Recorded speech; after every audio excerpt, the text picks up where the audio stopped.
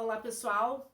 Então, eu quero conversar hoje sobre a plataforma ChatGPT, porque foi um assunto tão conversado, tão falado, né, nesses últimos tempos, né, a partir assim desse ano, principalmente quando a ferramenta se tornou mais disponível e popular.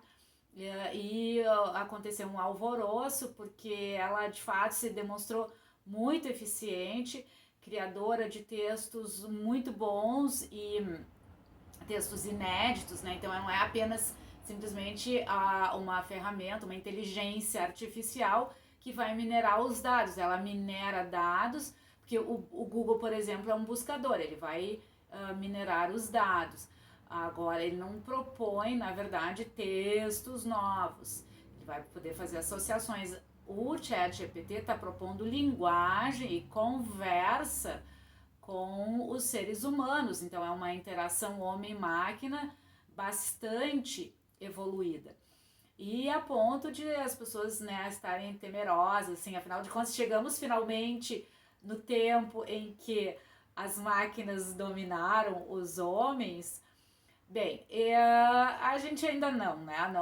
Não chegou a esse nível ainda. Aí eu vi outras pessoas que estão publicando textos e publicam, né, a sua interação. Eu li o texto da professora Rojane Roxo, que é uma professora da Universidade de Minas Gerais, que publicou a sua interação, né? Ela fez o teste com o ChatGPT e publicou a sua discussão com a ferramenta, né, sobre linguagem, com essa inteligência sobre linguagem. Muita conversa muito refinada no sentido de um entendimento de nível muito alto sobre o que é linguagem e como acontecem os processos linguísticos para nós, seres humanos, né? Então, uma discussão bastante avançada. Eu também assisti a conversa, o teste que o Leandro Carnal fez com a inteligência artificial, comparando. Então ele analisa o discurso, mas mais no sentido de análise de conteúdo mesmo, ele faz as perguntas, mesmas perguntas que ele fez aos seus entrevistados, o Gil, um artista plástico, Vic Muniz, e uma outra professora da USP.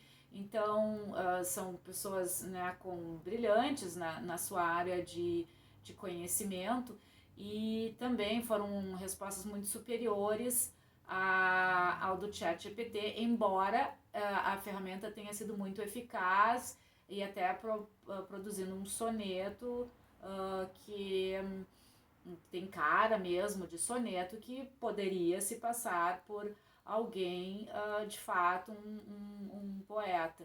Então, claro que não é talvez brilhante, mas se a gente pensar em termos de inteligência artificial, algo muito eficiente. A questão é que nós estamos falando aqui, todos esses que eu analisei, essas conversas, elas são de pessoas que estão no nível acadêmico discutindo questões acadêmicas e já trazem um arcabouço teórico também muito, digamos, sofisticado em termos intelectuais. Então, quando vão conversar com a ferramenta, ela fica no nível mais do dado que está já informatizado, que já está no banco de dados de uma ferramenta, ou seja porque há traduções, ou seja porque essa informação está no nível histórico e de livros. Então esse banco de dados é de milhões de dados. Então essa mineração ela é eficiente no sentido de que o processador é muito rápido, tem milhares de informações ali. Claro que deve ser, a programação é dificílima, né, de fazer isso, mas as conversas ficaram sempre num nível mais acadêmico, né, dessas que eu analisei, tanto a professora Rojane Rocha, porque ela discute linguagem, e o Leandro Carnal, que está discutindo questões que também são mais voltadas para a academia de informações. Por exemplo, Quem é Leandro Carnal? Já tem milhares de textos dele na internet. O que você acha sobre, digamos, no caso do Gil, né? O que você acha sobre a velhice? Então, muita gente já falou sobre isso. O que você acha, e pro Vic Muniz, né? O que é a arte, ou qual a função da arte, que também são discussões que na ordem acadêmica já tem artigos publicados sobre isso. Então, são textos que já estão informatizados, da qual a ferramenta é capaz de buscar informação.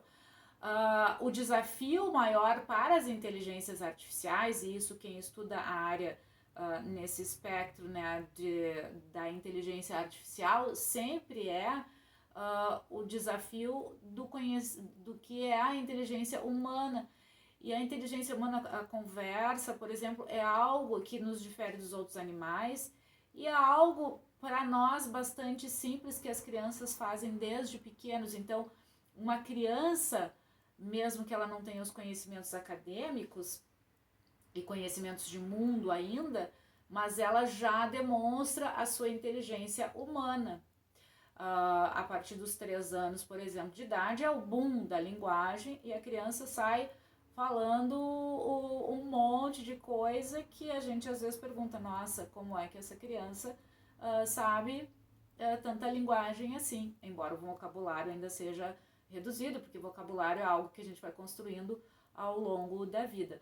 Mas eu, então, a minha proposta quando fui interagir com o ChatGPT era justamente ver o limite entre a máquina e o humano no que eu estou pensando de inteligência humana, por exemplo, infantil, e muito voltado para o desenvolvimento de linguagem. Então, as perguntas que eu fiz já foram pré-elaboradas no sentido de que eu já sei que é aqui onde apertaria a pedra no sapato de uma inteligência artificial, certo? Então, o meu objetivo era esse, ver onde eu poderia, digamos, captar a essência entre o que nos distingue de uma máquina, de um pensamento de uma máquina e de um pensamento humano.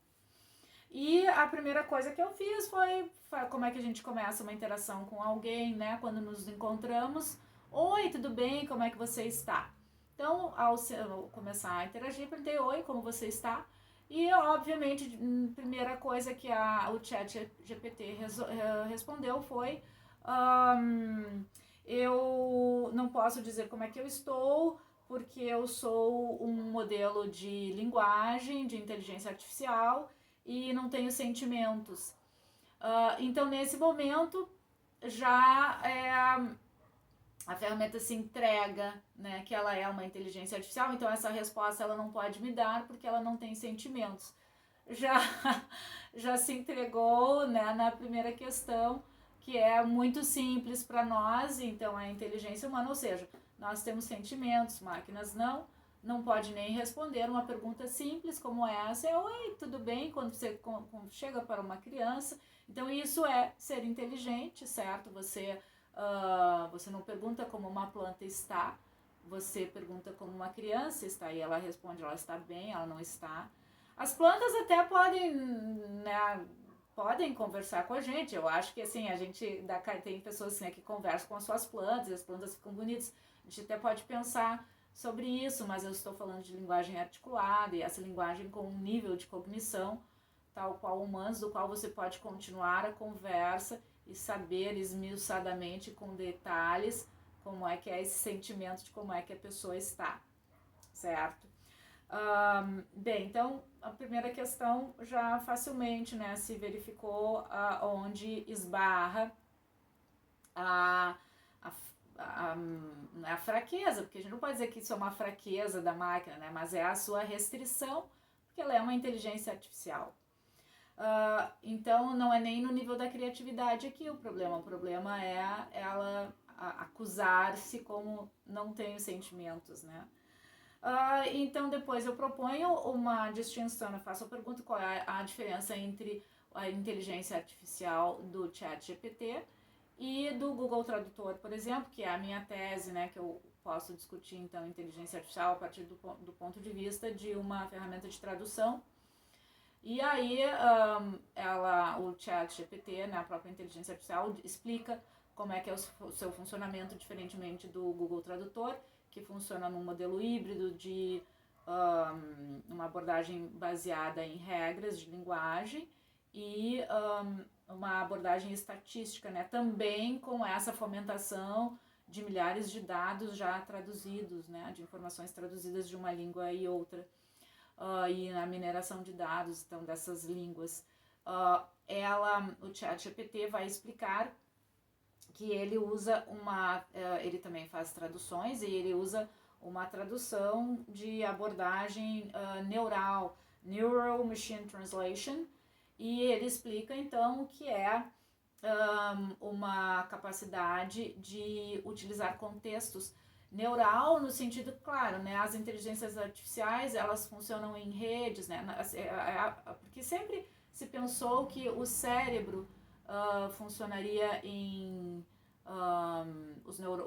a partir dos neurônios, né, que se conectam, né, e fazem as conexões para criar e produzir algum tipo de conhecimento, para consolidar conhecimentos. Você tem a formação de memórias, né, com os neurotransmissores. E aí a inteligência artificial utilizou essa metáfora, né, do cérebro, dos neurotransmissores, das conexões, para um modelo neural, né, de neurônios, que é através de redes, né, de associação dessas redes de conhecimento que se formam a partir dali. Então, e ele explica, quando analisa contextos, ele vai buscar palavras em que estão dentro daquele contexto, daquele campo semântico e lexical que estão associadas, né? E ele chamaria isso de uma abordagem, então, it's a deep learning based approach. E aí explica que com isso, ainda que utilize contexto, analise contextos, não é perfeito, e aí usa o termo, então, a conversa que eu fiz foi em inglês, né? Até um certo ponto eu conversei em inglês, comecei a conversa em inglês com a ferramenta, até o momento que a gente entrou na discussão de tradução. E aí ele diz assim, eu tenho dificuldade com more complex texts. Aí, bom, more complex é também uma palavra difícil, complexo é uma palavra de subjetividade, porque aquilo que é complexo para mim necessariamente não precisa ser para o outro.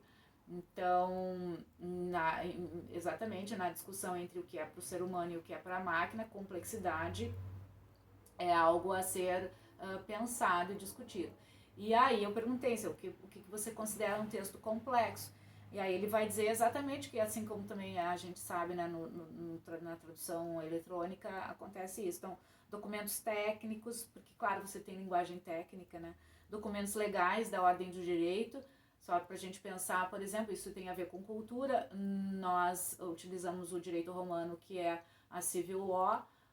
Em língua inglesa eles têm a common law, que é o direito anglo-saxão, diferente do nosso. Então a gente tem N expressões na língua inglesa que nós não temos, então a tradução seria bastante difícil, porque há conceitos, não apenas em termos de palavras, de léxico, mas conceitos que eles têm que nós não temos. E aí, trabalhos literários também, isso a gente sabe, né, que o que envolve criatividade, romance, poemas, metáforas, simbolismos, tudo isso é uma limitação para ele, expressões idiomáticas e a própria tradução, que é isso que eu falei, aquela equivalência entre uma língua e outra, que não é assim. Quem sabe línguas estrangeiras sabe que muito frequentemente nós não temos equivalência de uma língua e outra. Por exemplo, present perfect em present perfect continuous em inglês, que é difícil você traduzir, né, diretamente para o português, até porque às vezes a gente não tem essa equivalência do tempo verbal. Então, ele reconhece onde estão as suas limitações, e aí se vocês fazem pergunta dessa ordem, obviamente ele vai ter dificuldades, né? O que para uma criança não seria talvez um problema. Claro que as crianças, ao adquirir língua, também adquirem isso dentro de uma sequência, porque simbolismos e metáforas crianças muito pequenas também não. Isso também está na ordem do nosso ciclo de vida e do nosso desenvolvimento, mas chegará a um momento e que nós damos conta dessa linguagem, né? Isso não é mais um problema para nós. Então, aí eu propus uma questão de tradução, e aí é que eu passei a falar português, porque eu escrevi um poeminha, me veio na hora assim, vou escrever um poeminha e pedir para que ele traduza, faça uma versão, né, do português para o inglês. Então, escrevi o poema em português e ele traduziu para o inglês e não foi capaz de captar o implícito que tinha no meu jogo de palavras do poema, porque eu fiz um jogo de palavras com a palavra algodão e algomão, que é o finalzinho, são só 4 linhas, e ele não distinguiu a questão fonológica que havia, né, o jogo de linguagem fonológica que eu quis imprimir ao poema. E aí, seguindo a conversa, daí tem N coisas assim, interessantes que dá para discutir sobre tradução nesse poema que eu fiz. Eu até vou ler porque pode ser interessante. A mão que me segura o nosso amor. Você e eu somos uma nuvem, fofa, feita de algo, mão. Então, o algo, mão, que era uma nuvem feita de algodão, essa metáfora a gente é bastante comum, né? E até as crianças às vezes usam essa metáfora, né? Porque a nuvem parece um algodãozinho. Então, mas ele não capturou, ele traduziu o algo mão como nós somos uma nuvem feita de algo, ele traduziu, nós somos feitos uma nuvem fofa do intangível, mão, intangible hand. O que é bem feito, eu não achei mal feito, eu achei até uma sacada